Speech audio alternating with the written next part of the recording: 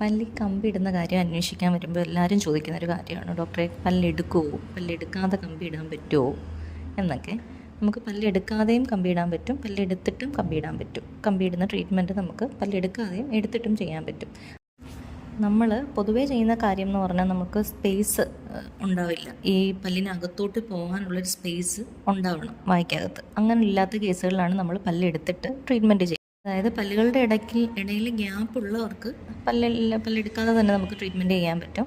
പക്ഷേ പല്ലുകളുടെ ഇടയിൽ ഗ്യാപ്പില്ല, നല്ല പ്രൊക്ലൈൻഡായിട്ട്, അതായത് ഉന്തിയാണ് പല്ല് നിൽക്കുന്നത്, പല്ലിനകത്ത് സ്പേസ് ഇല്ല, അതായത് വായ്ക്കകത്ത് പല്ലിനുള്ളിലേക്ക് പോകാനുള്ള സ്പേസ് ഇല്ല എന്നുണ്ടെങ്കിൽ നമുക്ക് റേറ്റ് ചെയ്ത് കൊടുത്തേ പറ്റുള്ളൂ.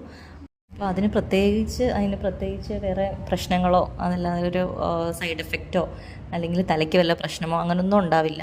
നമുക്കത് നീറ്റായിട്ട് ആ ഒരു ട്രീറ്റ്മെൻറ്റ് ചെയ്ത് കിട്ടണം എന്നുണ്ടെന്നുണ്ടെങ്കിൽ, നമുക്കൊരു നല്ലൊരു റിസൾട്ട് കിട്ടണം എന്നുണ്ടെങ്കിൽ നമ്മൾ പല്ലെടുത്ത് ചെയ്യുന്നത് തന്നെയാണ് വൃത്തി.